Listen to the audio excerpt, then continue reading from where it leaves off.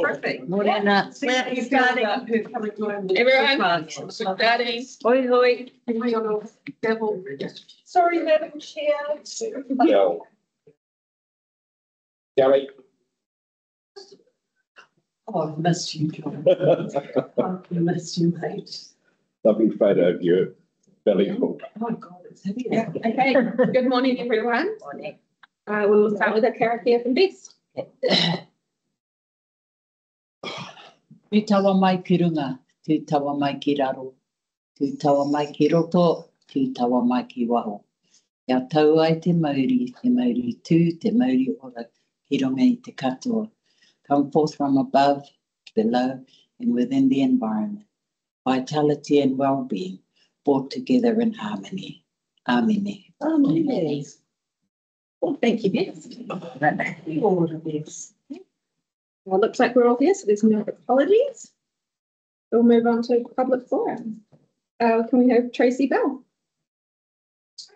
Yeah. Morena, Tracy. Hey, Tracy. Just a reminder that this is recorded and you have 5 minutes to speak. So I'm here from Waihi Tukuroa, which is the Mercury Bay Resource Recovery Centre.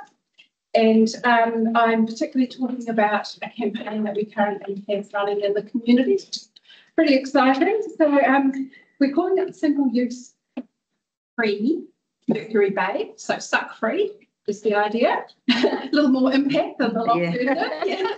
And we started off by doing some research in the community with firstly with our coffee retailers around the area to identify how many we actually had, and we produced a questionnaire which we asked them to complete, and that gave us some idea of just how many single-use cups we had currently in the environment. And there's an enormous amount nationally and quite a bit of chat around that, but locally we actually discovered that we're looking at around 250,000 cups per annum just in the Mercury Bay area, which is really significant. And in actual fact, if you stack them all up, they take us all the way to Tyrol, so from Whitianga to Tyrol, lying all the way across the road, and that's every year. So we see this as a wonderful initiative to change the amount that goes to landfill, which is one of our core values for the Mercury Bay Resource Recovery Centre. And the key message that sits with it is that you can either you can borrow, or you can use a reusable cup.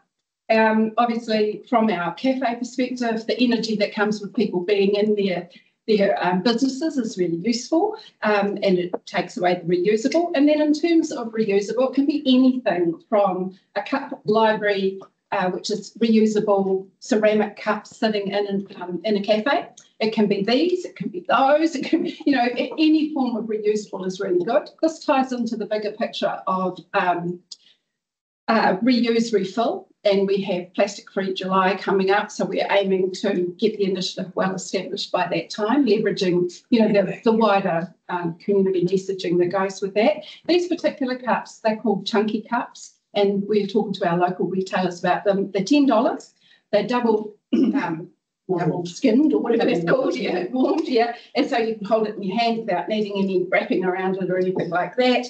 You can bring it back to the cafe you bought and get your $10 back, or you can take it to another cafe that's also participating, or you can keep it and reuse it, however it goes. It fits nicely in a car if you're a tradie, worried about how you're going to deal with your reusable cup, and it even fits in bicycle vouchers for the reusable bottles and things. So it's a great little resource. We're putting these into the cafe so that we're calling them table talkers, so that people will have them on the tables in the participating environments, and it help to raise the awareness, generally speaking, about the initiative. Following that first touch with the cafes, we have set up a cafe collective, which is about engaging the cafes all together, because one of the biggest resistances they told us about was that, in actual fact, putting up the price of a takeaway cup is quite a deterrent, and they don't want to be doing that at the expense of losing business to another cafe. So we're working with them to come up with strategies that resonate for them, and support mechanisms for their baristas. so that they can, tell people about the initiative, and the more people we know and engage with, the more that we're going to be successful. We have also begun a survey for the public, and I'd really love to send you the barcode for that. And we have posts and things up on Facebook. So the more that you connect with those, the more that your connections get to know our story, and we'd really love you to do that. So that's two really great things that you can do to participate. We see the initiative running for quite some time, and it's, hopefully building momentum over time, tying in with that, a broader national dialogue. So that's quite important. It's not a quickly come and go. It's a long-term sustained thing. We're hoping to get some big billboards up that you'll see coming into and out of town. Once again, talking to our visitor community around the way that we want to operate as a community, and we really see that this is a great initiative for the Community Board to be aware of and to sponsor too, just because it does reach all of our stakeholders collectively. We did reach out to council for some support with this initiative, and unfortunately we declined. We're very lucky that the Seagull Centre has championed us and provided some cash, I suppose, to help us get those signs up, these things printed, that type of thing. But largely this is a community-based initiative, and it's really dependent on all of us getting in behind it. Your time is up. Yes. There you go. We've got some questions. I think So in the hot seat. yeah, that's right. Hello. So overall, the cafes were responsive, supportive. Yes. Other than their concerns about staying competitive. That's right. They do see a few barriers, and we're working with them around that. But largely, out of the 20 that we initially surveyed, 18 were really keen to get involved. Calenzo Cafe on the way into town, they're going completely suck-free, so no takeaway cups from the time that they consume their current stock. So they're our first, fully on board. But then we have half a dozen here in town: Hula, Earth Store, Nook, which I think is at least half a dozen. I can't think of the others right now, but they are all offering the single, the refillable or reusable option, and they're also looking at the cup library, which is the ceramic cups that you can use, take away, bring back, that type of thing. Excellent. And my second question is, have you thought of extending that to the motels and the B&Bs? So that they have something there for their guests while they're in town? No, I brought these along because we run an Airbnb, so we are offering the same resources living there. So while you're in town, leverage this, use it while you're here. You're welcome to buy it, take it away, whatever it is. But Perfect. What do you think is the most pressing barrier? The barrier number one. The one thing, I think people can't see it, how it fits into their routine at the moment. I walk, I don't want to carry a cup. I ride a bike, I don't want to carry a cup. So that's the education that we're aiming for, is to make it easy and take away those paths of resistance and that engage with the story. Thank you. Kelly? Comms, and of course, I'm always singing the song about telling good stories. Have you got a comms budget, or have you got support from local media to tell the stories about this? We are getting support from CFM. They've been great. The Informer has said that they're interested in the what are they called, environmental matters, that we can leverage that, and Corrimind are pretty keen. Old Bays would like to have us back for another story. We've seen it from there before. So as much as possible at the moment, we're leveraging the free resources that we have, but we do obviously have some big expenses in terms of getting these printed, getting those big signs done. So the Seagull Centre has given us an initial budget, but we will need to, as we extend it over a protracted period, we will need that. And the other thing is that at this stage, we don't have any support for the roles that we see associated with it. So the person who actually does the comms and the person who goes out into the community as the ambassador. So we are seeking some money with that. So we're exploring how we might raise that. Yeah. If I may, one on. Would you like to go first? I've had Ladies first. Okay. And I know this is Mercury Bay focus, and I think it's fantastic. Have you had conversations around the wider district? Do you know if this, initiatives like this are happening in Tairua, Whangamatara, things like that?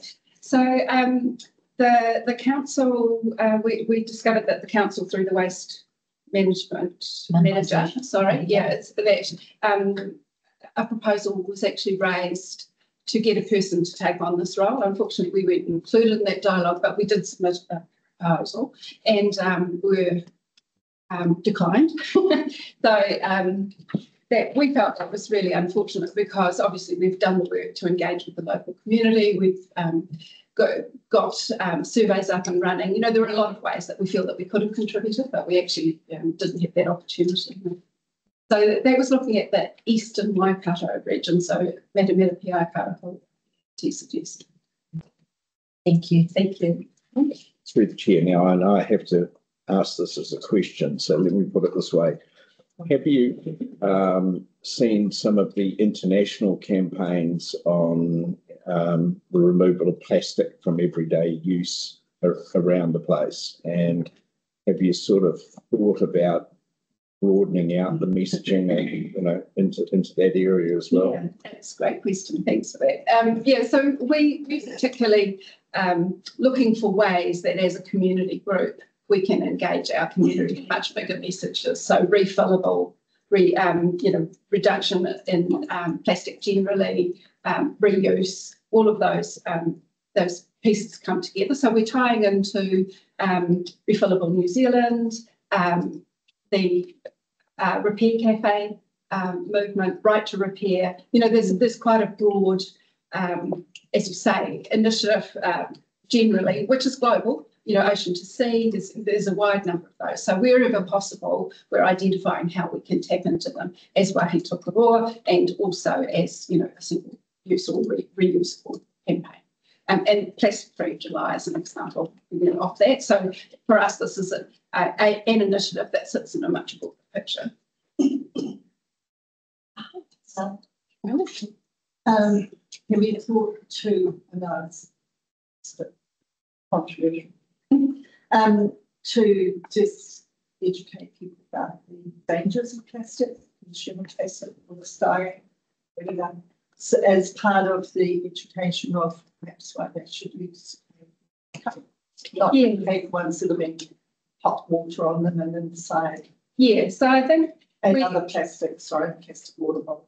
Yes, yeah. When we did the cleanup in September last year, we found the two most common things that were collected by the community at that time were the plastic water bottles and coffee cups, and then glass in the form of alcohol strewn along the beach and that sort of thing. So we have taken that as the lead into the things that we thought that we'd focus on in terms of this year. So refillable for both the coffee and the water, and then the how better to educate our public to be inspired to make really good choices, because that's what it is. The cafes are looking for options that they can offer their customers. I don't think any of us are in a position to say you must do that or you mustn't do that. And we certainly don't want to vilify people, for the choices that they make, but we would love to provide good support for them to make great choices.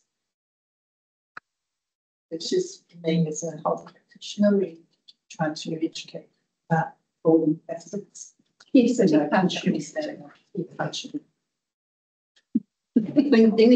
that's right. All I can say is I think I dodged a bullet this morning by not by thinking having a coffee before I came. If you need a cup, we have them. I'll make sure I distribute mine quite along. I'll buy one. Tracy, I just want to say that in Cambodia, this is what they're doing, and they had the same problem there, plastic. So this is what they're doing. At least they're starting. So it's on the same path. Yeah. Just wanted to mention that. Seems as we're entering a discussion and we need to be asking questions, but have you seen, I'll call it a question, have you seen the potable water fountains in Ohakuni and the messaging around coming into Ohakuni and bringing your reusable bottle and actually having water that is spring? It has been through all the filtration and all of that. It's been treated properly. So that I haven't seen that. Yeah. Oh, let's go. We should try it. I have muttered about that a few times. Infrastructure into the town so that people can refill bottles confidently. Yeah, fantastic initiative. I do know that the Refill New Zealand has an app which identifies around the country where you can get refillable water. And in Whitianga at the moment, the only one is blue ginger. So we'll be on a campaign to get more people identifying that they can do that. It's just the next thing, isn't Yeah, it? sure is. And I guess that's the thing, we're volunteers, so there's only so much of us to go around, and we still have the main thing, which is getting the Resource Recovery Centre up and running, and so you know, a lot of our time and resource goes there. And that's a beautiful segue. Do you offer a larger fine? We, with these ones, we've only gone for these, but there are, you know, a wide variety of sizes available. Yes, that's right. So this was $10, which we found was really accessible. So that's why we went for that. Sorry, one last question. Hang on. From me. Whereabouts are you selling these or making them available? Where? So we have the Waihi Tukurua site. We also have the site which is Suck-Free Mercury Bay. So they're Facebook pages, and we also have the Waihi Tukurua web page. Yes, and we're making these available in all of the cafes that have agreed to sign up and participate. That's so great. you can get them from Hula today, you can get them Look today, Birth Store today, Coro Club. Right. Yeah, all of them have them available. Yeah. They make a great corporate Christmas present. Yeah. You bring them in here. I would. So I'd say these are also, we make no profit off them. We sell them, and us in the cafes just sell them at cost, just to try and promote the concept. Those aren't these. Some of them aren't. Hula, for instance, has again, which is you know, a commercial enterprise version. They also do reusable containers so that you can avoid getting plastic for your salad or your sausage roll or whatever it is that you're going to get. So that is again is a fully commercial model. Yeah, no, sorry, I was trying to ask. I should phrase it as a question. Will the cafes reduce the cost of their coffee if they give it to somebody in their customers? So that's one of the strategies that we're talking with them about. They need they have expressed the view that they want to be able to you know, decide collectively what those strategies will be, so that there is no differentiation from one, you know, cafe to another. But they currently, some of them are charging 50 cents if you take a takeaway cup as opposed to a throwaway cup of volume, as opposed to a reusable. And it's been mooted that maybe that would be raised to $1, which would be far more of a barrier to, you know, you buy a $5 cup and you pay $1 for your throwaway cup. So get one of these at 10, you know, it's much better. Yeah. Yes. So it's Yes. Yeah. Great. See, Yes. Morning, everybody. Morning. Yes, we're on the same message. I'm talking about the Mercury Bay Resource Recovery Centre itself. And the future of the centre is really tied to the development of the transfer station. And so while we wait for that, we've got campaigns to connect with the community, like the Single Use Cup campaign as well. So just to add on what Tracy was saying, once we have got some traction here in Mercury Bay, the idea is to start progressing it throughout the Correspondence. So it's not just going to be Suck-Free Correspondence. Sucks. Yes, and so yeah, the Mercury Bay Resource Recovery Centre. Yes, we're trying to remain relevant, trying to keep active. We've got funding for a building and demolition waste facility on the new site, and we're waiting for the council to continue with their construction of the new centre. Now, we don't know when that's going to happen. We understand there's a budget spread over the next 2 years, so it might be any time in the next 12 to 24 months. So we can't really do anything. So what options we've looked at are establishing a temporary facility, and we're looking around town to have a drop-off centre, a little pop-up shop, and we have identified land, and council are willing to support us to lease it, but we haven't got other funds to put up other infrastructure. So between a rock and a hard place, would be great if we had a site out of lease costs, so we could get some money from the waste minimisation fund to do a pop-up type facility. Yeah, and the funds we've got as well are also frozen until the RTS goes ahead. So we're sort of between a rock and a hard place to do anything. But so what we're waiting for is the long-term plan to be approved, and I understand that's about to happen. Yeah. So, and then also I understand there's some funding arrangements that need to be confirmed with requirements around transportation as well. So there's a few things that need to happen, and we can't really do any planning for that. But what we can do is look at a temporary site, and if there's anybody knows of a site or can think of something, Yeah, I can. Please have a look. And it's,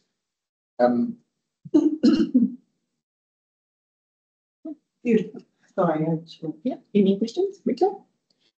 So that initial request for a temporary site came to this board would have been December last year. correct. And have you been on an exploratory tour of the sites of Mercury Bay? Yeah. So you've done some looking, and you've taken some. Yep. We've had Megan had a good look at a lot of sites. We've got one potential site in Cogwell Street. On the corner, it used to have an old derelict building on it.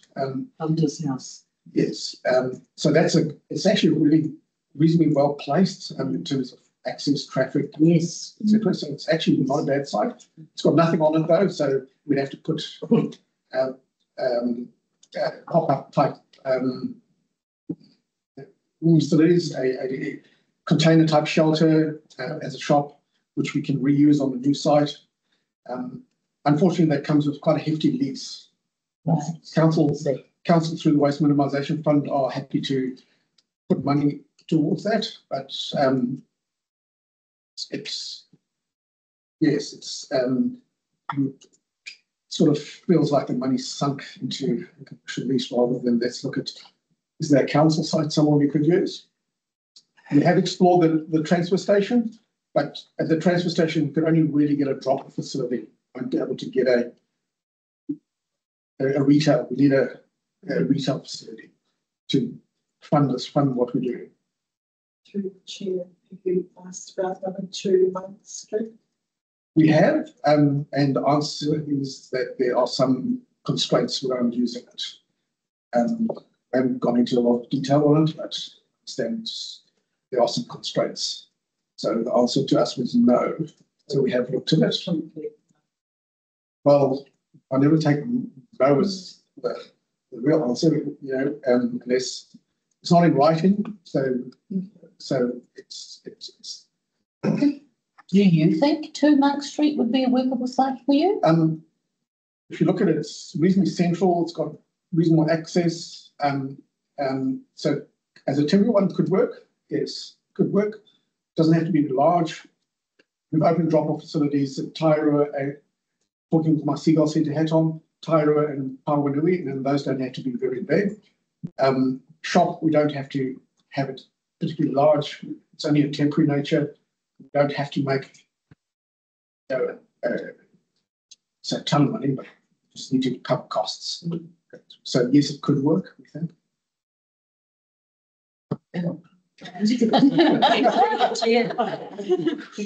Manus, whilst money is being sunk into a temporary site, how far away is the permanent site? Well, 12 to 24 months. It's before construction might start. might start Next financial year, July. so as I understand, once the long-term plan is approved, the budget for the next operating year gets approved too, and that's not money for the start of construction. But there's also other funding that needs to come on board as well. That hasn't been finalised yet. So would it be a good or bad idea to wait till you get the permanent position, then sink all the money into that to make it? Yeah. So what we're looking at is the money we've spent, say, on the infrastructure we're going to put on the ground, we can move that to the new site. So that's not sunk money, that's not wasted money. But the payment of money for the lease, Yes. that's money that gets sunk into somebody else's pocket. And if we had a council site or a very cheap site, that would money would better spent, we think. Thank you, Manus. I'd like to understand a little bit more about some of the costs and the benefits of getting started early.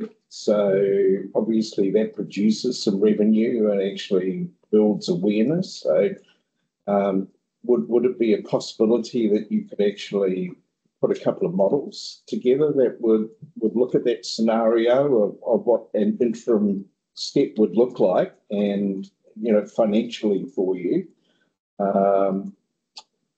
Because I think that would help in sort of crystallising the level of support that that you're really after. Yes, it does depend on the site we get. In sort of parallel to this, we did a detailed business model to the council on the new facility, and this would just be a smaller version of it.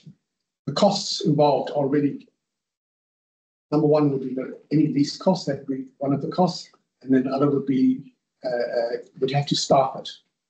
Once you start this off, you can't really unstart it. You need to. So typically, we'd be try and open almost every day for drop-offs. Whitianga is a busy town, so people are used to going to the petrol station every day, so you have to staff it. And typically, your 2 to 3 staff would be necessary for that. So that'd be 90% of your costs outside the lease with the staff. And so just to cover those, we've got a small grant from Community Waikato as a startup. I think it's 3 months of operating costs to start up. So we've got some money to do that, but you need to generate revenue from sales and from other things there. And that's the part I don't fully understand. So, what sort of revenue model would there be for those costs? What sort of shortfall during that period of time? It's very hard to predict. Yeah. I mean, we've got a facility in Pyro that's opened, funded by the Ministry of the Environment. They're still struggling 3 years down the line to cover their costs, their revenue. I think Whitianga is a different demographic to Pyro. It's a lot more, it's a high income, a lot better quality of goods, and probably got more expertise in terms of available to us locally to do it, and that's probably one of the key factors in making success. It's your all those factors that I've named. Rika had one. Yeah, I'm not wanting to cut this short, but I just wanted to float that there's obviously some real passion around these topics for this board, and whether we can invite the Wahitukarua crew back for a workshop session or something. There's obviously some really good stuff happening, and it's great to be able to. Or something. Yeah, but I don't want to cut the question short. You're here, but just thinking that might be. And have a really good discussion. Yeah, I do talk with that. Yeah. To talk about the costs, so do report to us students, school volunteers, at least for the weekend. They go to school. Yeah, volunteering is a key part of the whole thing, and we've actually got a volunteer database already built up. So Yes. we're really well resourced in that area.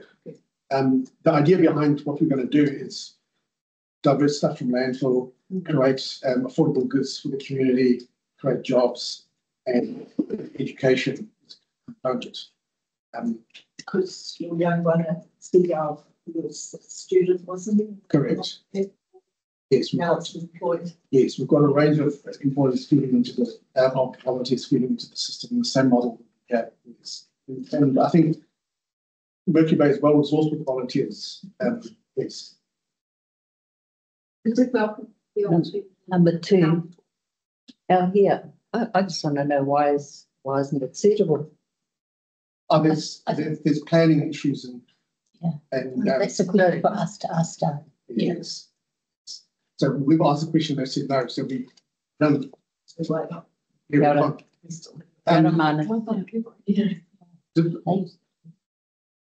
what I wanted to say, in relation to John's comment about the wider messaging and so on. Once we're established, yes, we would be creating a massive wider campaign on a lot of things. Waste, polystyrene, Tetra Paks, soft plastics, batteries, and it can go on and on. Yes, so there's going to be a significant campaign once we're established, but we haven't got a base, we haven't got a revenue stream, so we're trying to yes. It's got to be resource recovery. Yes. We need a roadie to extreme zero waste in Raglan. That's I think you need a detailed tour of the CL Centre rather. Oh, really? Okay, let's do it. Yeah. Yes. I think we're Point taken. starting to move ahead. Oh, really? Nice. Excellent. Could you replan that visit, JC? Yes, yeah, we should do that. So, absolutely. Great. We took or invited people along last year to Stakeholder and CL Centre and other, resources, and we transport last time. We'll get it all. That was cancelled, wasn't it? Yes, we're left ahead, but we so it wasn't easy. We'll make it easy this time. Thank you. Great, thank you so much. Yes, just one comment.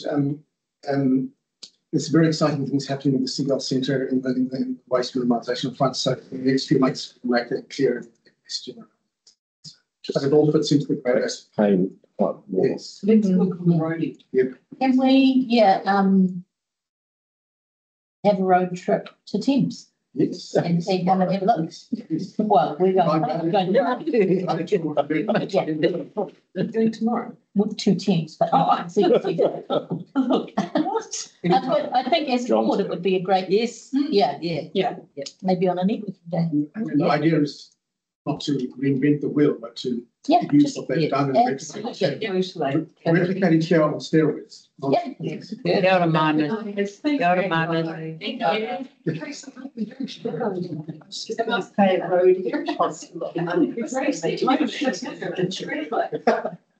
What could you Not so much. discuss it up. Thanks. Kia ora, Tracy. Cheers, guys. Oh, Jim. so how to capture those two actions. And maybe it'd be the networking day. And if it works, like, we go over. And I guess then, take a bus. I'm happy to pay. Yeah, but it's not Supportive of a local business. We all would. Okay. It's like a car away. Hire Geza, think bus over. I want to go never Yeah, support her. I'm happy to pay the bus. Hey, guys, we're still in the meeting. Really good fun. Okay, the Coromandel. Right. We are not in the Coromandel. Copied it from the other round shape. Apologies. Okay. The Whitianga Community Board received. I'll move. Thank you. The seconder. John, thank you. may I ask which minutes we have? That was accepting. Yeah, that was just accepting public forum. All right. So So there's no items not on the agenda. Good. Are there any conflicts of interest? No? Okay, moving on. Minutes for confirmation. Can I have a mover and a seconder?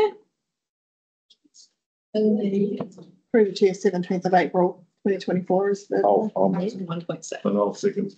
So we've got just maybe some correction, I think. Sure. Well, I don't know if it is there or okay, not. yeah. Yvonne Franklin spoke to her 2024-2040 goal long-term plan. Was it 10 years? 30. Correct. Yep, I'll change it to 34 roles. Very good, Bonnie. Thank you. Okay. So we had it was John and who was the seconder? Peter. Thank you. All those in favour say aye. Aye.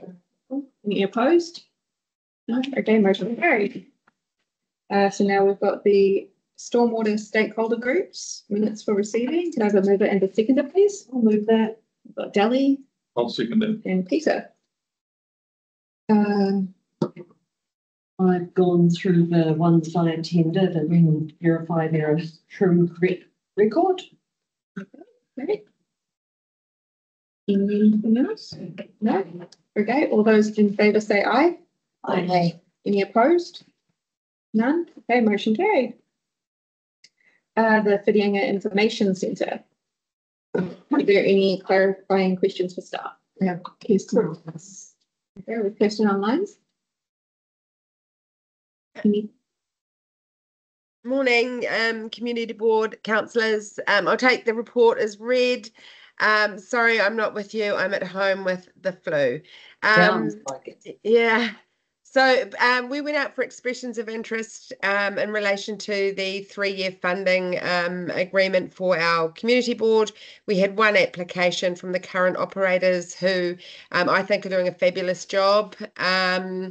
That we put them through the scoring matrix and they scored like the highest out of all of them around the district in relation to the services they provide and the funding they're getting from other operators, etc. So we are recommending that we allow them to have that funding for the next 3 years. Has anybody got any questions? Rika? No, I'm just happy to move the recommendation. Okay. I'll second that. And Dally? Okay. All those in favour say aye. Aye. Any opposed? No? Okay, motion carried. Thank you. Thank you. Yeah. Okay, so the Mercury Bay Rugby Club, Rugby and Sports Club. We have Nicole online for that. Nicole? Good morning, everybody. Morning. Maria. Hi. Oh, does anyone have any questions? So does this recommendation change? I actually just wanted to say through the chair that there has been some confusion, but there is a map attached of the lease area that has been circulated, and that is the lease area of the Mercury Bay Rugby Club that is being renewed today. So just for clarification purposes. Yes, Dally? So through the chair, I had a conversation with Dean yesterday that it had come to my attention that the recommendation wasn't correct because it was talking about the lease of the premises at 86D Albert Street. That's right. The premises is described as the lease area in the lease. Yeah, so the premises don't belong to us, they belong to the rugby club. So it's actually the ground that the rugby club sits on. It's the footprint out of the car park in the building and doesn't include Lion Park. Through the chair, there's a suggested change in the resolution. Right. So just giving people background to the fact that if they read this a few days ago, it's not the same as it is now. So Esther's put some words up there. Can you all see that from there? The lease of the building's footprint in the adjacent car park. And then just Yeah, detail. Right. the premises, the definition of other premises can also just be the footprint. It doesn't have to include the buildings. It just depends what's in the lease, is the lease area. So yeah, happy with those changes. So I have a question, and so the lease isn't actually for the rugby field, the park? No. No, it's just for the area outlined in red. Okay. So the original resolution passed by Fox and Hopkins was for the lease of the buildings located on Lion Park for a term of 15 years. So that was where the alarm bells went off for me. We don't want any confusion about who owns those buildings or an assumption by the rugby club that they have a lease over Lion Park. Right. So if they watch this video, no, I'm not planning to go and park my boat and my trailer on your park tomorrow, but I just want this to be clarified. Fair enough. Is everyone happy with the new resolution? I'll move the resolution. You've got Rika and the seconder. I'll second that. Got Peter. All those in favour say aye. Aye. Any opposed? No. Motion carried. Thank you very much. Thank you. Okay, bye-bye. Oh, this is good. Okay. Yes. So we've got the request licence to occupy for the retaining wall.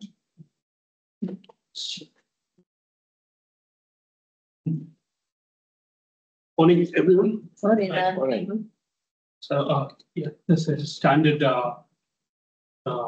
request for license to occupy the retaining wall agreement at 1073 Grange Road. I can take the report as read. To answer any questions. Through the chair. Peter.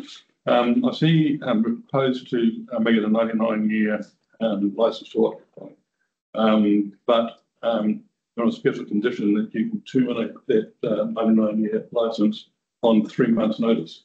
So either it's a 99-year license to occupy or it's not. Or it's 3 months effectively. Yeah. Through the chair. So this is the standard 99 years lease we have, but the 3 months as a notice period. That's in case of any further emergency, like we say we have to extend the lease, or if there's any other capital project in that area, then we have the right, council has a right to suspend the lease with a 3 months notice. So if it's a 99, we give them a 99 years lease, then we have the right to suspend it with a 3 months notice. Well, if I was the owner, I'd be very happy about it. I'm going to the cost of the owner of the property to put in a retaining wall, and the council has got the right with 3 months' notice to take that away from them.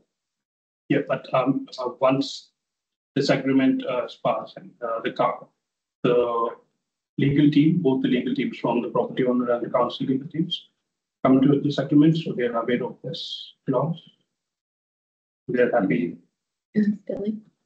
Question now, but my understanding is that it would be like an emergency provision if there was some sort of storm event and council had to get involved and move the road or whatever the case might be. So it's quite an unlikely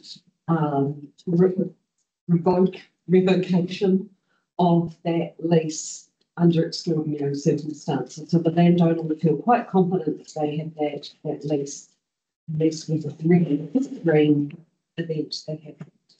Yes, yeah, that's good. Yes. So in case, say, we needed to extend the retaining wall from a council side, that's when. Yeah. So through the chair, on the practical side, if the council does wish to exercise this 3 months right of termination, does the landowner get any recompense for the cost of his retaining wall? So the chair, I'm not too sure of this. I can get back to this, but we have a legal agreement that we made with the landowner, so I'm sure that I can get back to you. Rika? So this is standard. So for any license to occupy we have on road reserve, Yes. would always have a 3 month out clause for council. Yes, this is standard. Does it across the board? We've got it up there. Yeah,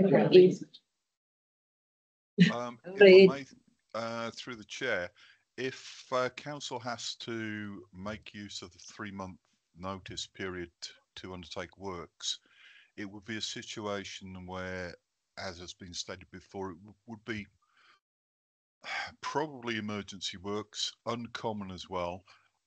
In that case, we as council would be liable for not only the removal of the retaining wall, but its replacement with an equal structure. We would be doing design for permanent works, and it's standard practice in that case that we carry the costs. Through the chair, if that is the case, then why isn't that provision written into this license to occupy?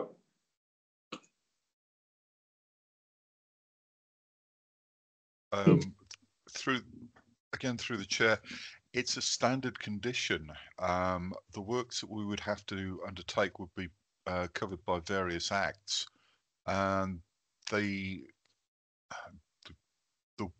recovery of costs and the if you like, undertaking of works, removal of private assets would be the same as for anything else, such as power, such as our own water asset. The council would cover those costs, and that's covered under different legislation. Okay. Everyone happy? Okay.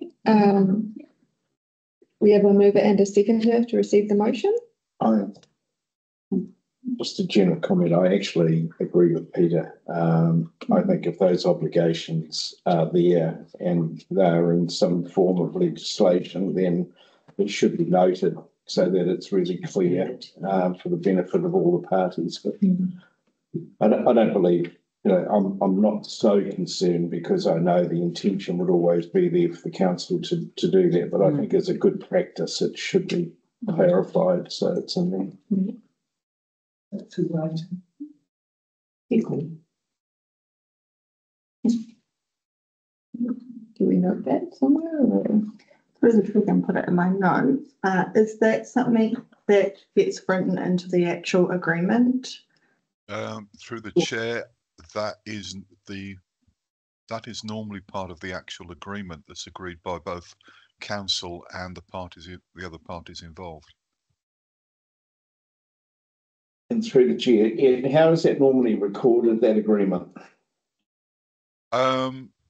The license to occupy is a formal legal agreement that would be vested with the property owner and also on their land title. And that includes a clarification of the situation that you've just described, that if there was a need to, under emergency conditions, to remove it, then the council would do it at their cost and reinstate. It wouldn't be specifically laid out in the agreement, but there would be a direct reference to the legislation, yes. Yeah, okay, thanks.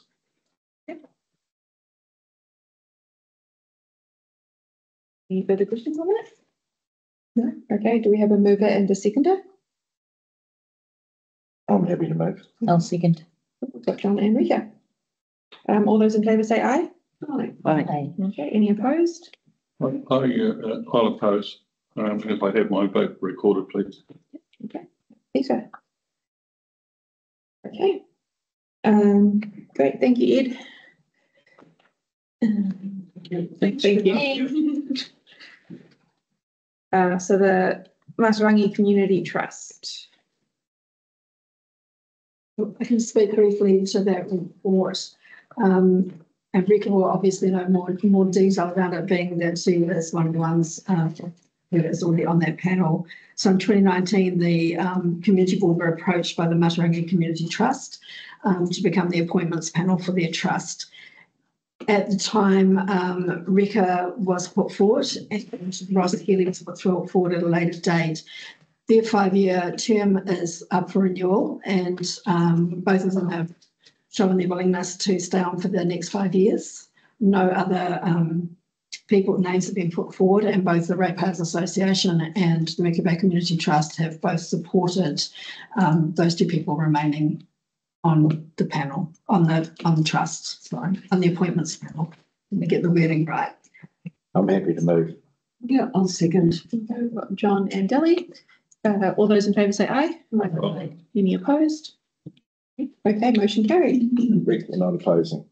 Not saying anything. Okay, mate. Another one for the team. Yeah. Wine we have to buy you. So the community board standing orders. I'll move. I'll second. Okay, we've got Rita and John. All those in favour say aye. Aye. Any opposed? None. Okay, motion carried. The Mercury Bay Boating Club relocation. So through the chair, this report was written really just to close the loop on the report from the last board meeting where the resolution was to work with the chief executive on a resolution. And as you know, the decision was made, on a submission, the resolution was made not to carry on with the submission. So it's really just to close the loop on that and put forward the resolution that we didn't go ahead. I'm happy to move that. Okay, we've got Delly. And we have a seconder. Yes. All those in favour say aye. Aye. Aye. Any opposed? No. Okay, motion carried. The correspondence report. Any questions? No. Yes. I have one. Why would the letter to the boating club not be included in our outgoing correspondence? Oh, purely through the chair because I included it in the previous report. All right. Okay. Can I have a movement and a seconder? I'll move it. We've got Delly and a seconder.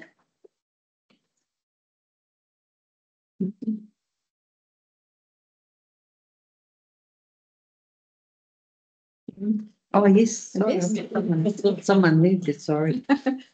Okay, all those in favour say aye. Aye. Aye. Any opposed? None. Okay, motion carried. The CAPEX work program. Hello, Renzo. All right.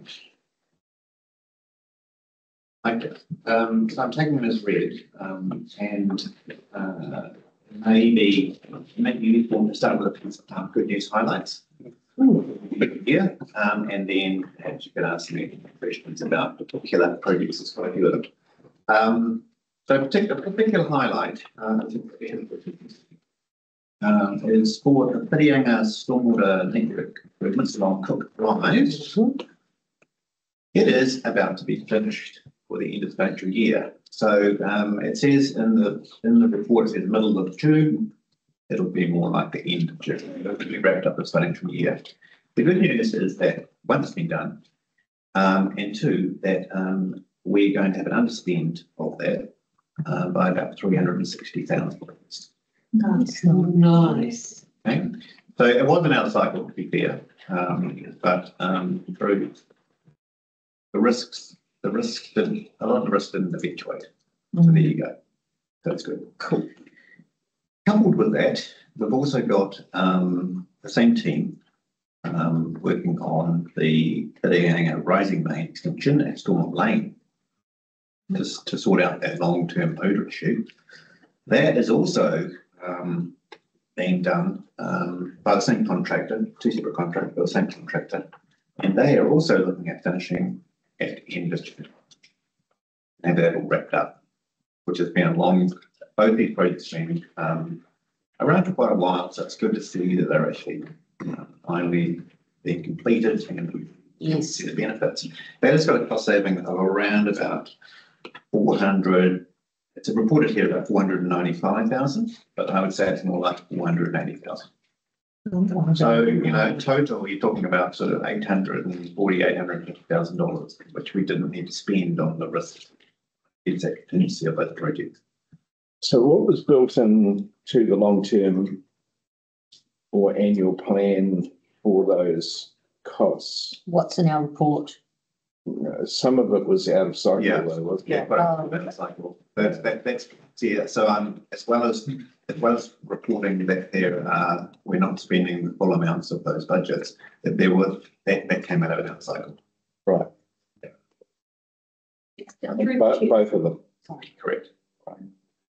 just from an optics point of view, and fantastic, like applaud the contractor and well done, and this is the best news we've had in ages.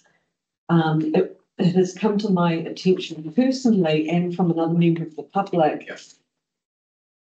Workers down holes with machinery with no hard hats on, and on one of the occasions it was me riding past. I thought, holy heck, you know, you're in a very visible place. It sounds like a nitpicky thing, but it just makes my blood run cold that you've got a guy down a hole wearing a cap and you've got machinery operating above him. No, that's a good observation because I'm really that, you know, like it probably won't save his life, but it's an awareness thing that you've got bloody great diggers operating above you and there's somebody ferreting around the pipes with nothing on their head.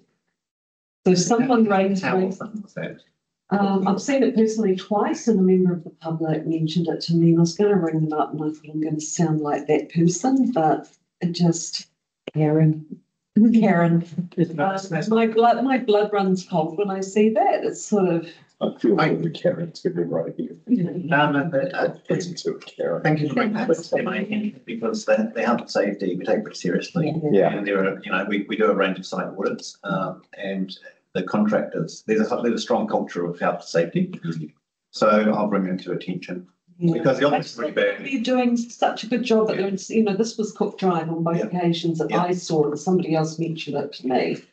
And I nearly pulled over on my bike and I thought, I'll go, who's this bloody middle-aged woman having a go, riding rah. But I felt a bit sick about it. So totally. And I think it's a very good lesson for everybody on here that if we observe anything like that, we should immediately notify through the council process. So it's actually recorded and documented through the correct processes. Just give it, I agree. Can I come back to a financial question around this? And you know, and I applaud you for this. This is just absolutely terrific news to see this both completed on time and under budget. So please take it as a positive question, not a negative question. But that's a significant difference in cost between that. And you know, most other times that I've been looking at things, it's been the reverse of, you know, something that we've said is going to cost $1 million is suddenly now looking like $4 or $5 million.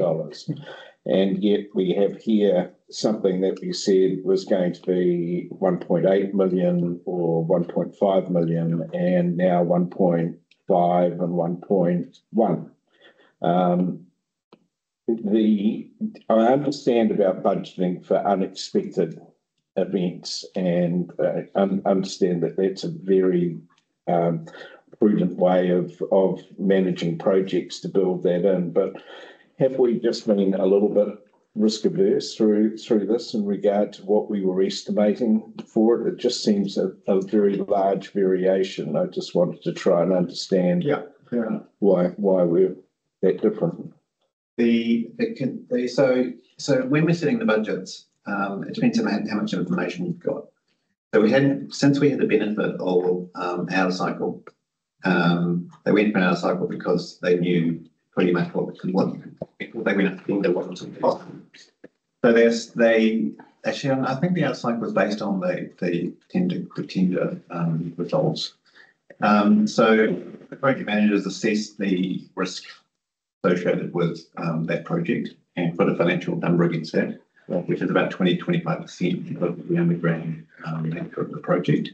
So especially both projects had geotechnical underground risks that were unknown. So they were assessed by adding a contingency in, and with the out of cycle request, we didn't want to come back for the third time for a number. So that's put into the project financial request.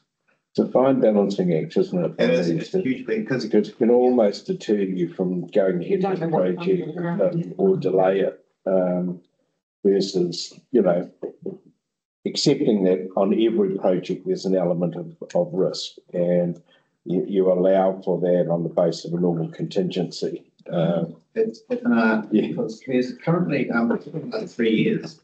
there's been a rollercoaster ride of different cost tensions. So there've been, with COVID and during that period, we had a long period of stable pricing, right? It was only like, it was really easy to predict what the pricing was going to be at delivery. Then we had logistical issues overseas, and we had a huge volatility of prices, up to 30% in some cases. If you get the contractor to turn up or the materials to turn up. Then we've gone into this recessionary mode where people are covering, contractors are beginning to price in at cost or below cost to keep their staff employed, ready for the recovery. Now that creates a different environment where it's bid low, So yeah. Are we good? You done? Yeah. So but this would have been costed in that crazy unstable, high cost of delivery, limited access coming onto the peninsula type stage, post storms and things like that. Yep. So I just following on from John's comments, I'm really concerned. I mean, I think it's great result. Ahead of time is always really good and under budget. But I just worry his council's pendulum swung too far the other way, and then we become then a little deterred just to do projects because we're pricing that much contingency into them. And there's a rider to that, expect a 40% reduction on the RTS there. Yeah. No, that wasn't a question. No, but yeah, I mean, and mine's just an observation. I think it's great that we have of what the project team has achieved here. I think that's really good. And hats off to the contractors. Of course, look at any safety concerns that may have arisen. But yeah, I just am a little bit worried. That's a huge saving. I think the important nature of this is to actually get the understand the risk and put the correct risk contingency into the budgets going in, because there's also a situation where, and you've seen this a number of times, where there is a fixed budget because you've got budget constraints and we've got to deliver that budget. Then we get out to tender and everything's very, very tight and people are concerned about meeting the budget, so they don't actually put any risk contingency, and then later in the day you get this cycle. Yes. So I was trying to get good practice internally in the project managers to actually understand risk along the way of my journey. So yes, the risk, if you calibrate your time machine and go back, we would make it bang on. So just be bang on. It's a bit of crystal ball gazing, isn't it? That's kind of a movable feast. I'm happy that it's swung that way rather than third time's heaven hand, which is great. Can I move on to another item? So the Buffalo Beach waterfront public conveniences. So we had a look at it yesterday. Remind me, is the footprint going to move over a bit because we don't want to lose that view from Lake Pohutakawa, which is causing some of the underground issues at the moment. So is the new one going to move? It's currently under investigation design, so it hasn't been determined yet. But yeah, it's keeping the geometry and the issues with the roots of likely would get a good design. Yeah, cool. So the existing structure will be demolished, and then we're building a new modern facility. And dropping portals in there or something, or dropping anything temporary while it's being constructed? For that short term while it's being constructed, there probably would be a temporary situation. Yeah, okay. They make a lot of the stuff outside. What would the construction time look like? It's reasonably quick. Yeah. So there are two main suppliers. The way the toilet market works in New Zealand. It's a good business to be in. It's a good business to be in, but it's very competitive. Even between the two main competitors, they make it pretty competitive. So what they're offering is they offer they've specialised in public conveniences around the country and Australia. and they do a design build service basically. So and they only do toilets and changing rooms. So Exclude and Permanent are the two main players in the market. There are no all the other ones are sort of bespoke type things, and they find it really hard to compete. So they're involved in the design, and for each site, it's reasonably standard. We keep implementation like you've seen around the district, so it can actually just like that's got some design. The internal staff, the landscape architect who's put together a brief for that to make sure it's consistent. So yeah, but the period of construction is quite short, probably between 6 weeks. So we're looking at before the summer. We haven't timed when they're going to go. Because you've got the geotech to being done by the end of this month and works to continue in 24-25 financial year. Yeah, so we've still got to go out to the market to those two players and then get the designs done. And then part of that design process working with them is to get them right for each specific location. So for instance, the trees and things like that. Okay. So it would be hoping Christmas. And it's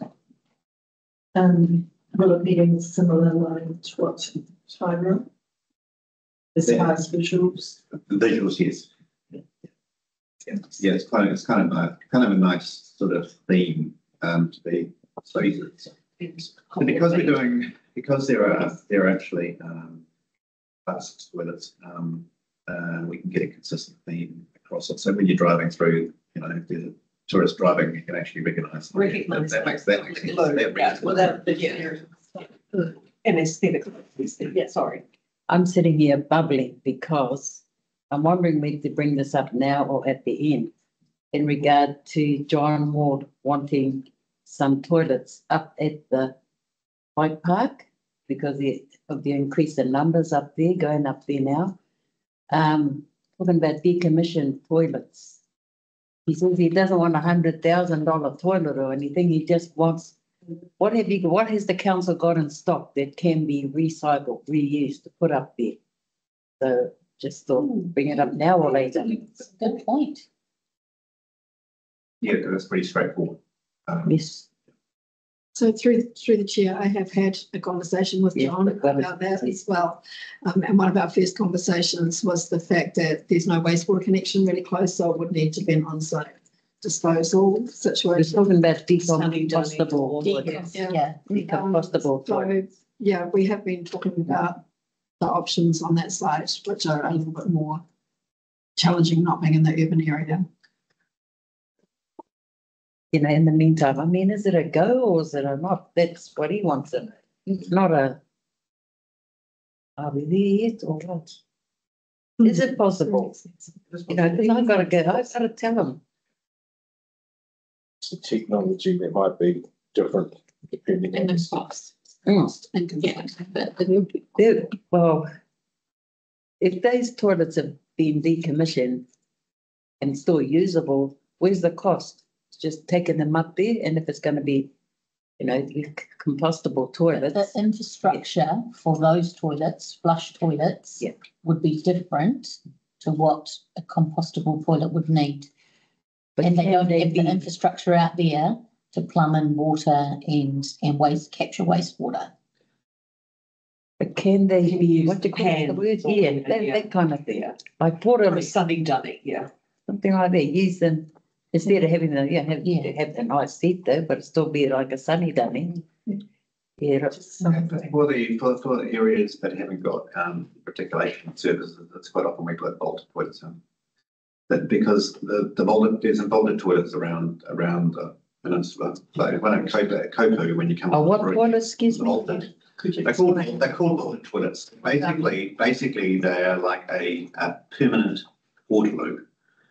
With a large tank, and they get sucked out every Oh, okay.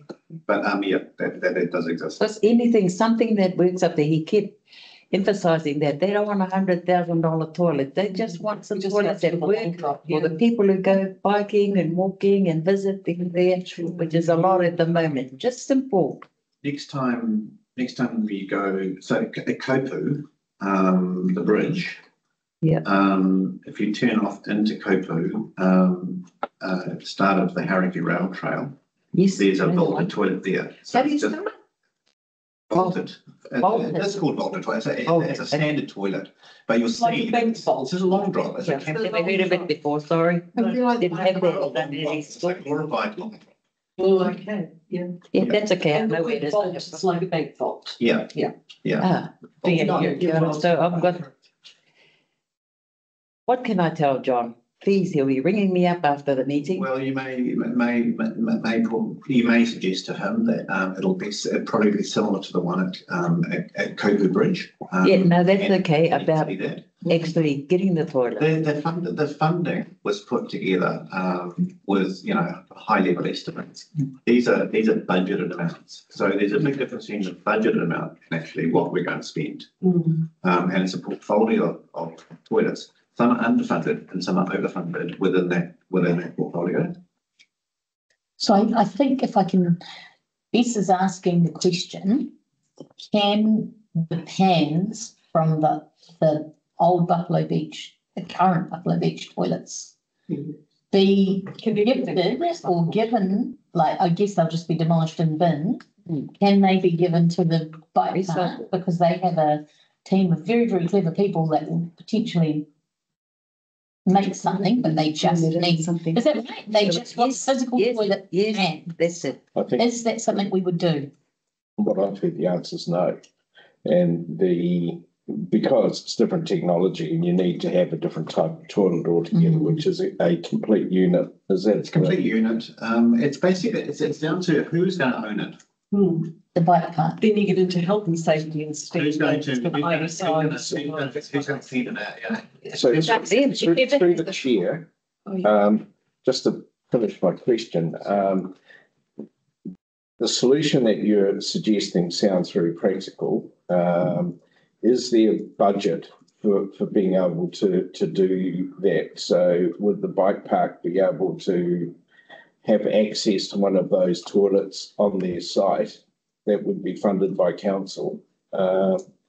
And, if not, what are the other alternatives and what sort of costs and time will there be for a solution? We can maybe to answer that question, and can we explore that with the bike park? Yes. Can we have a conversation with, suggest a conversation with them? Through the chair, I have already had a conversation with John about this, a very initial conversation, and I'm happy to take that offline with Lorenzo and Bess and John later on.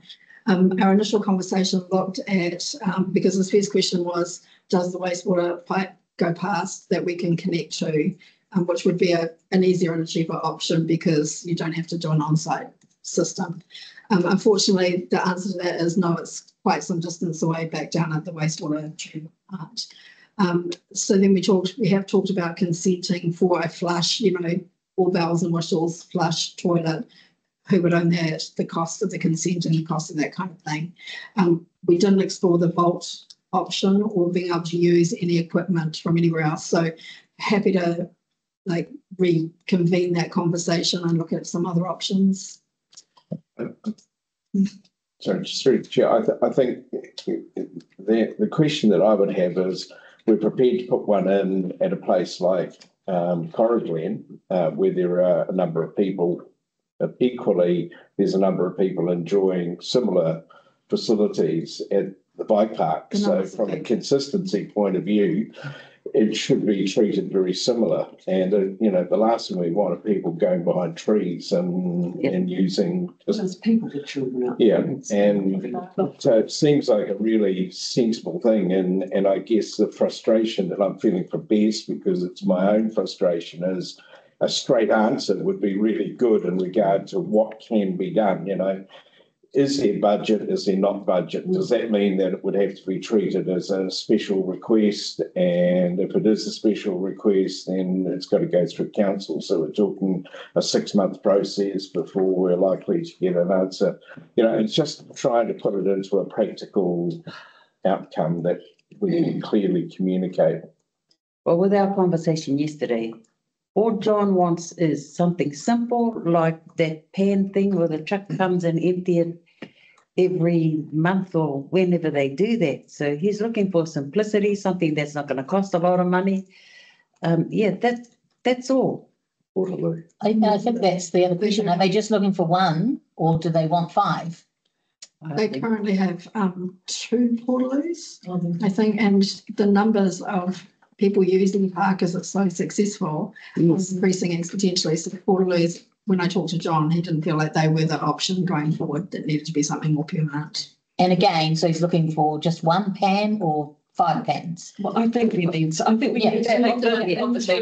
into a group of people who can answer those questions and say what is the budget and how we do action plan. Okay.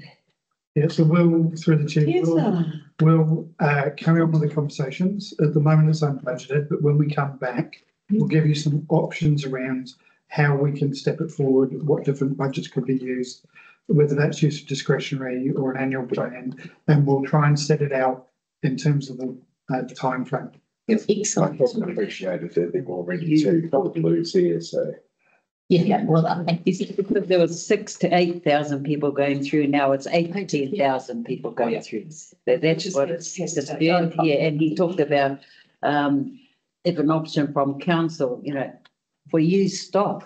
This is his wording. He's asking, and I would love to give him an answer or some kind of like we're doing something or we're interested in it or something to give him some mana. So through the chair, I think there's a sense that we're very interested in this, that the right people the right staff have to find out what the avenues and opportunities are open to us and bring it back to this group. So you can say, hey, cool, yeah, I've got a really good response today, John. Yes. Yeah. So that's neat. And good on you, Bess, for advocating for them so strongly. Thank you. Okay. I had a question on the.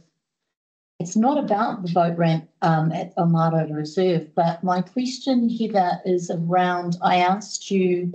I understand that some public consultation is happening around that reserve at Omara. Yeah, and Tanya had sent a plan out, and I had asked when the community board would get looped into seeing that plan. And would that happen before the consultation started? Because I know if you cast your mind back, it must have been June or July last year. We went out, we had that session where we got community input. I think I was there from the board. And now, we've 18 months, not 18 months, sorry, a year on, we've got a draft plan and they're talking about going out for consultation. And I asked specifically the question, when will everybody get a chance to get looped in? So, and I heard an answer. The last I knew, and the last update, and I'll have to find out more, was that they'd sent that draft plan back out to those key stakeholders that were at the meeting that we attended and asked them for any feedback prior to coming back with a final concept. And you're right, that was a month or so ago, so I'll follow up and see where it's at. Because it sounded like in that conversation that it was going out, but I'm just really conscious that the people around this table get a chance to be familiar with it and potentially input into it. I mean, obviously support the community one, but just be aware of it so that when we're out in the community, we can talk with some confidence. So through the chair, I'd like to talk on my colleague here and to say that I feel that we are key stakeholders. Of course, what the community wants is first and foremost, but if we get asked questions, a bit like Bess has said previously, if we get asked questions, we have absolutely zero information, we do feel a bit foolish. So, yeah, like to see that sooner rather than later. Can I carry on?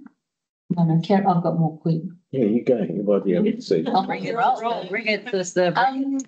Well, Lorenzo's in the hot seat. With regards to the Whitianga Refuge Transfer Station, you might not be so much in the hot seat here, Lorenzo. I'm really sad and disappointed that we're in June. These guys, I think, came and saw us in December. I've asked multiple times and not been able to get an answer around this table. They're looking at sites, you know, we've asked what's happening and we haven't been able to get any information. Just sitting here, I've thought 2 Monk Street, School Road, back of the old fire station. You know, there's lots of options, but we have been asking and trying to support what they're trying to do. And it's really frustrating and disappointing that they just sort of sit here and say, oh, well, we've looked at that, but said no. Surely with some tweaks, 2 Monk Street would be suitable. So I would like to understand why they're being told no. Have we done a thorough look and an audit of what's available? And are we doing enough to support them? Okay. Yeah. Next item. Your meeting. Oh, are you leaving? Okay, all right. Come back. Councillor Walker, for all those that haven't. Deputy Mayor. So that was my question around that. Sheriff Block, can we please reinstate the plan on a page or the project on a page? I think we'd asked for that last time. Yes. But just to understand what's happening there. Yes. Please, 1 page update. And can you give us an update? Yes. 2 yeses, great. Okay, so I think there are applications on Sheriff Block. We've been having some conversations with Whitianga Waterways in confidence to sort things out. They have, as you know, they have finished about 50% of the phase 1, which is the concert venue, and then stopped works around about sort of November, December last year, and not finishing it. So that venue hasn't been available. So we've been having pretty so interesting conversations with them. I'll update you guys outside this public forum about what the outcome is. The positive thing is that they've got I can announce that they've got a permission approval from Waikato Regional Council to work in the winter earthworks waiver. So they are now planning to start works on the 1st of July.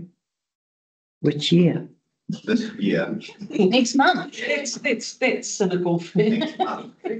to move the remainder of the material to complete the venue.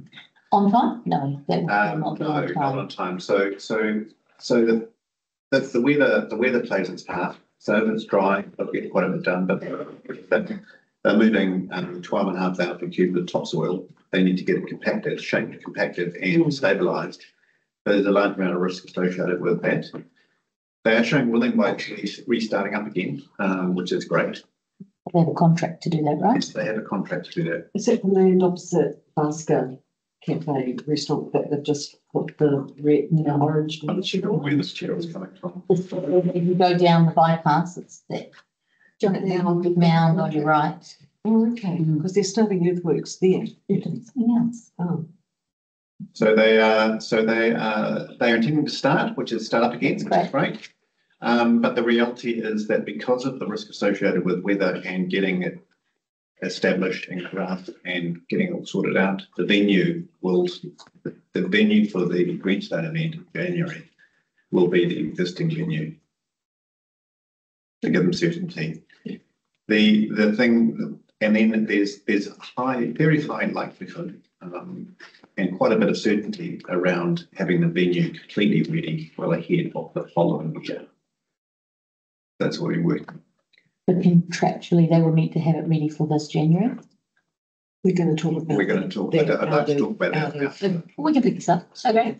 Because there's a couple of things about the RTS we want to pick up out of this forum as well afterwards. But the public news update, it's really to do. They're going to start. The biggest announcement is to actually going to start. Okay, thank you. That's all my questions on the work programme. Did you have some? I do. Thank you through the chair. I have a question in regard to the fitting of wharf and ferry landing wharf. I'm not sure if it's your area or not, but this has been an issue which I'm aware of for at least the last 12 months, trying to get some licenses in place, and there's probably some commercial sensitivities, but just in a broad sense, can someone just outline exactly where we're up to on a timetable? I don't know how we can set long-term fees if we haven't got new licensing arrangements in place. So I'm just a little bit sort of confused. Yeah. What's that, Lorenzo? I can't really speak to that. All I know is that that is occurring as a work stream in the Derek's team. I'm not sure of where they've actually got with that. There has been some staff changes with the Wharf Coastal staff vacating the position, and there's an acting person in that role. Okay. That's continuing to work on that. Could we ask perhaps to have a more detailed report for our next meeting? All I can report is that I have spoken to staff internally, and some of the health and safety initiatives which got a capital works budget essentially this year have been delayed. They've got plans to do control movable bollards at the entrance to control, and they're also increasing the number of CCTV cameras for surveillance.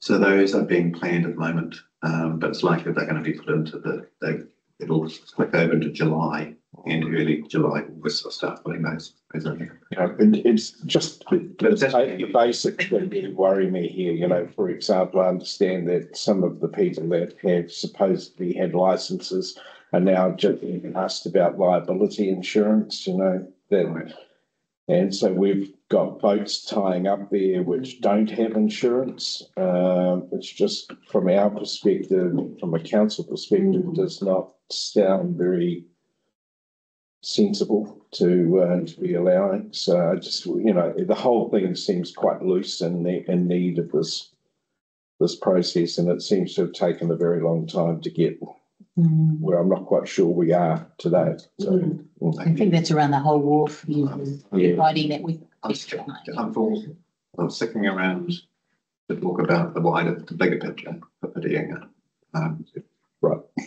So am I.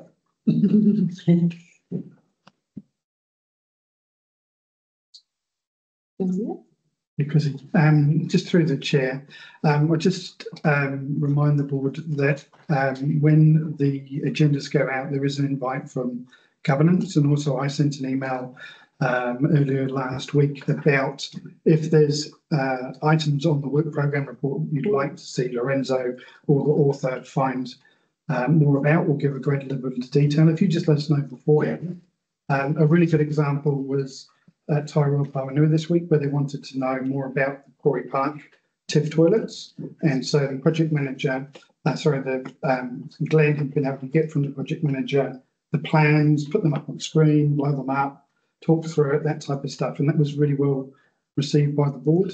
But it was an extra level of granularity than Glenn would have been ordinarily prepped for. So, it does require a little bit of work beforehand.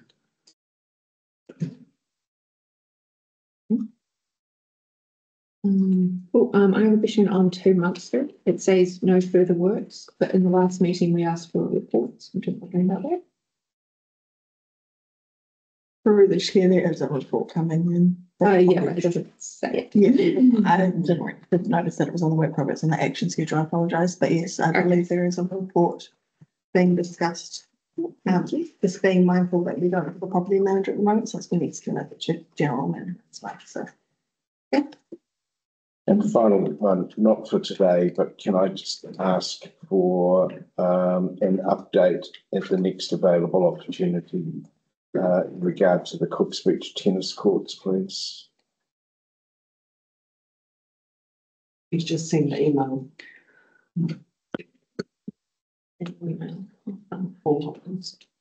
Okay. Any further questions? Okay, and I will move it and we'll second to receive the work program. I'll move. Rita and John. All those in favour say aye. Aye. Any opposed? None. Okay, motion carried. Move on to the action schedule.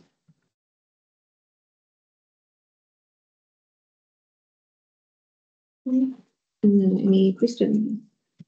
Oh, we've got Lorenzo here. Blunt Road.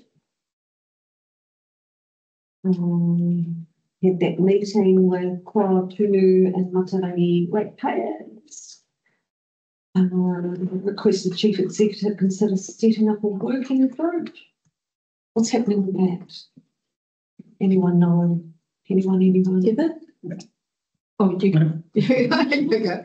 I believe I've been tasked to do a report on setting up a working group for the next meeting, and that's where it's. Does it have to have a report and then? God's sake, bureaucracy is frustrating, isn't it? Yes. Through the chair, there's another couple of pieces of work underway.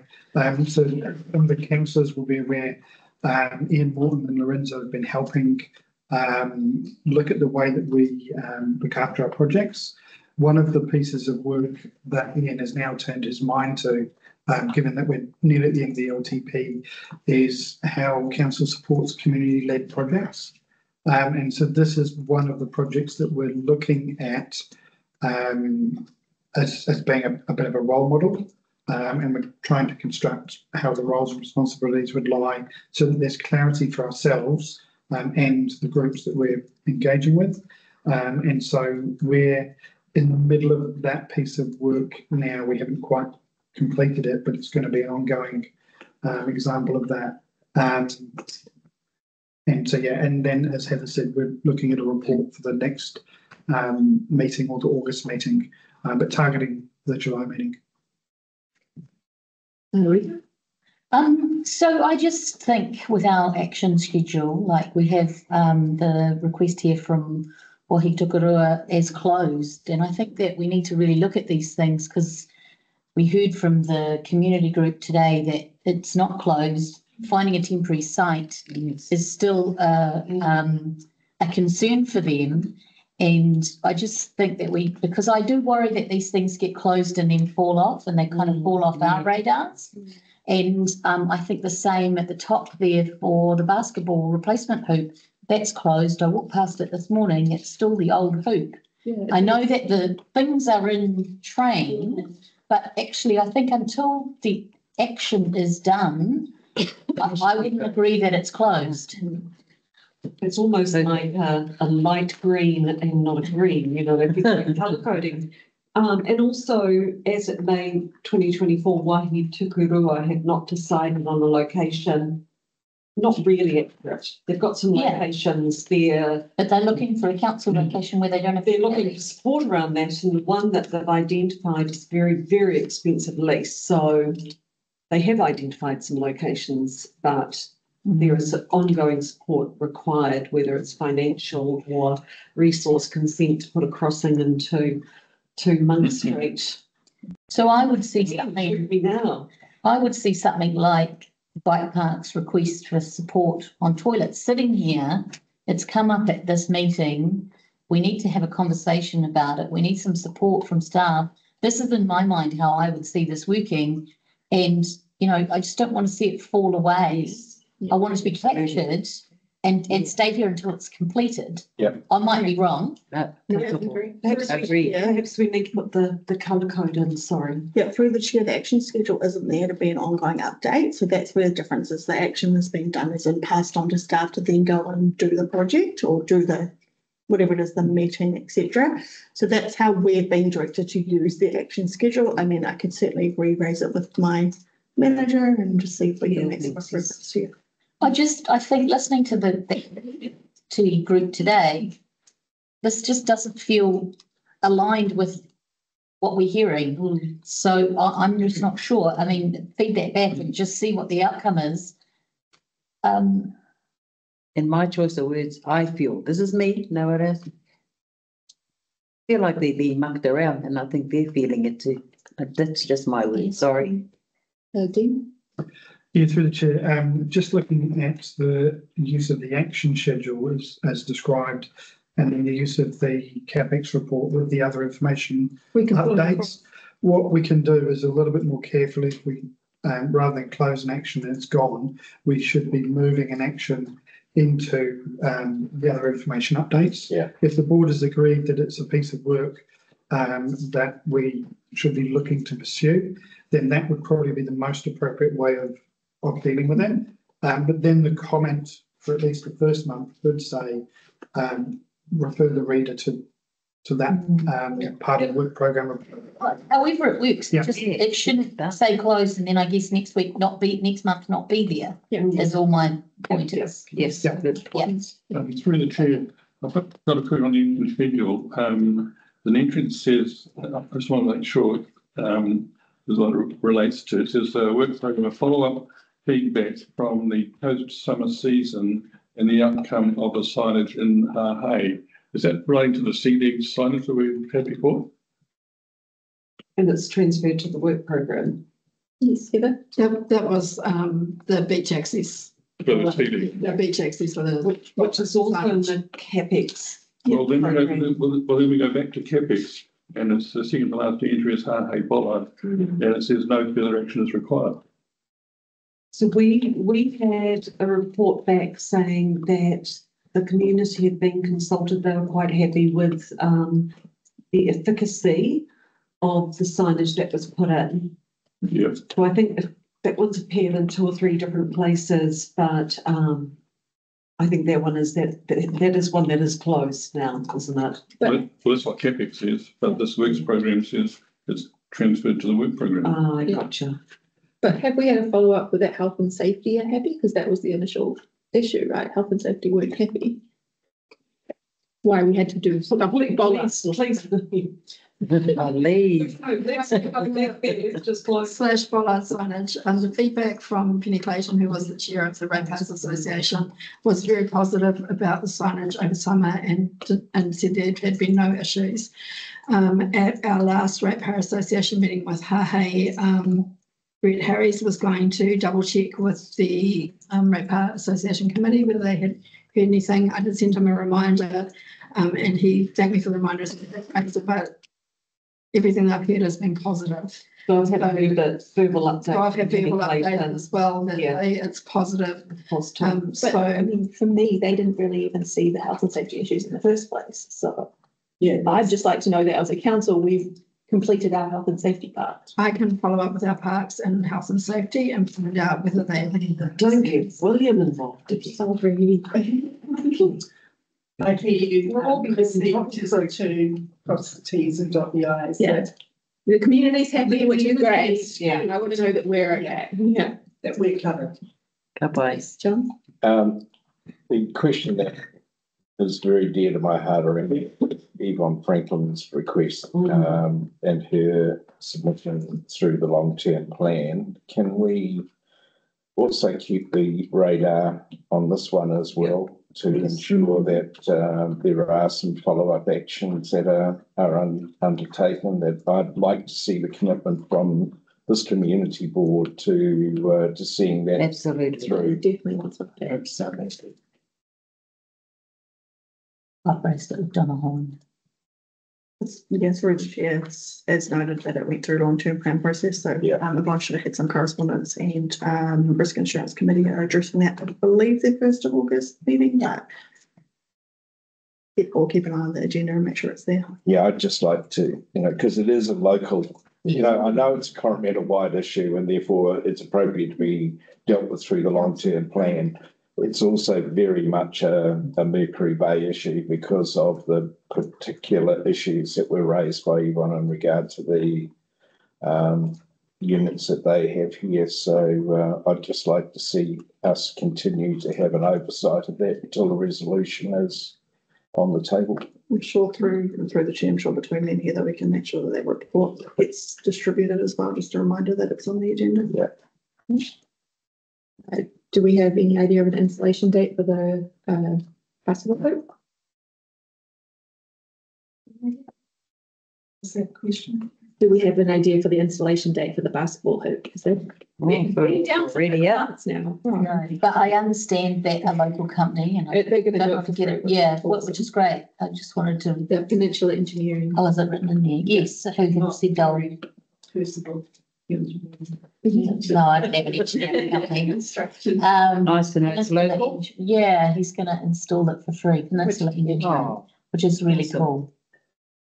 Is that Ed Malane? No, that's, I don't want Oh, to never get mind. it wrong. No. Hayden, Oh, Hayden, yeah. It's very community spirited. yes. Okay. Any further questions on the action schedule? Okay, can I have a mover and a seconder? I'll move it. We've got Deli and Beth. All those in favour say aye. Aye. Any opposed? Right, motion carried. Chairperson report. Any questions for me? Did you go on the snapper tournament? Oh. How's Matthew? I just heard it was really good. That's excellent. Sort of related, obviously, is the success that we've seen, and you've alluded to this in your report, of two major events that have been happening. And I'm also very conscious that I have been hearing, in fact, I attended a BA5 last night, and there are some real challenges that the Business Association is now having in regard to ongoing funding. And, you know, I think that that we should be closer to some of these issues because they're very much related to Mercury Bay and ongoing activities that, and some that we support.